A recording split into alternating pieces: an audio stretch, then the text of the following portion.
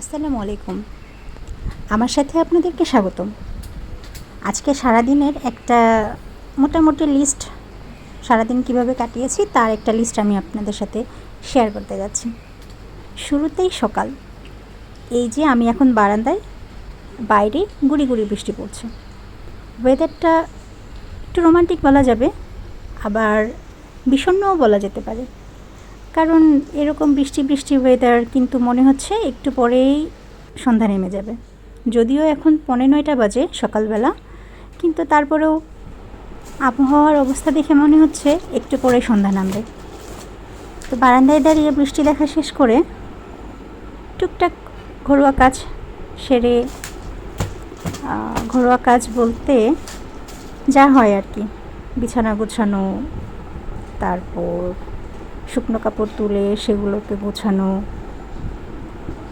যা আমাদেরকে প্রতিদিনই করা লাগে হোম মেকারদের।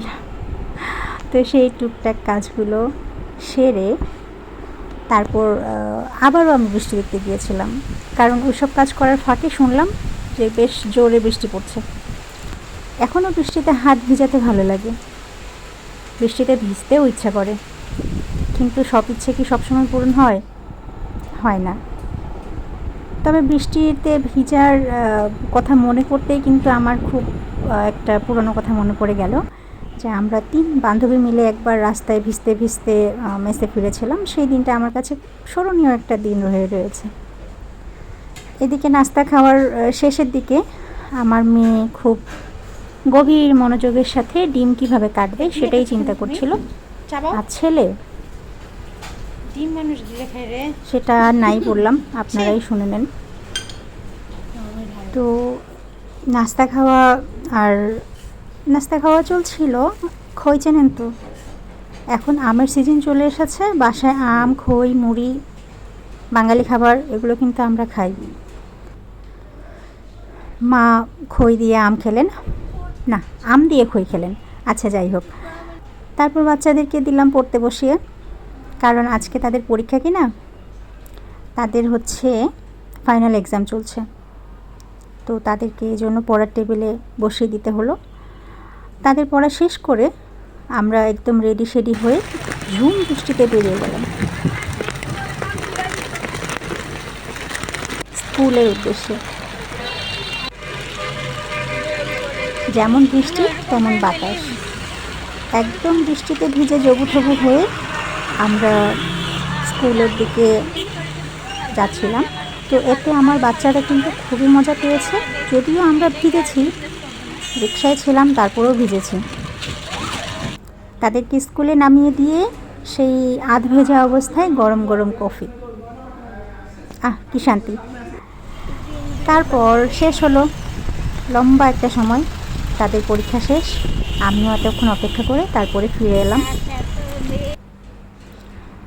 বাসায় ফিরে মা মেয়ে দুজনে মিলে একটু স্মৃতিচারণ করতে বসে গেলাম। মনে পড়ে গেল 14 বছর আগে ঠিক এই দিনে আমি প্রকৃতিকে কাঁদিয়ে চলে এসেছিলাম আমাদের বাসা থেকে আমার শ্বশুরবাড়ি। মানে আজকে আমার বিবাহবার্ষিকী। মেয়েকে দেখাচ্ছিলাম সে চিনতে পারে কিনা। আর এটা সেদিন যে আসলাম তাহার আব্বু,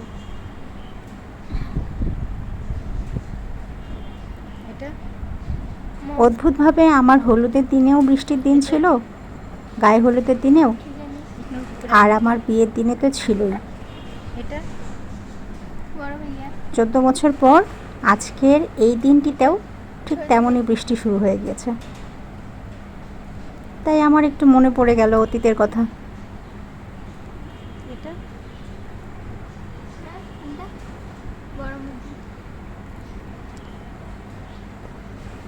এদিকে স্মৃতিচারণ করতে করতে এর ফাঁকে আমি একটা কাজ করে ফেলেছি।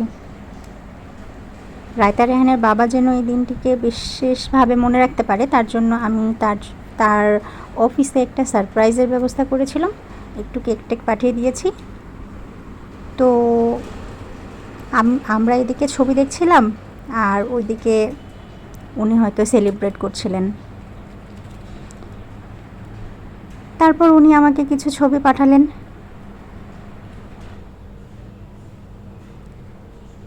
এই তো এভাবেই আমার দিনটি সন্ধ্যার আগ পর্যন্ত এভাবেই কেটে গেল।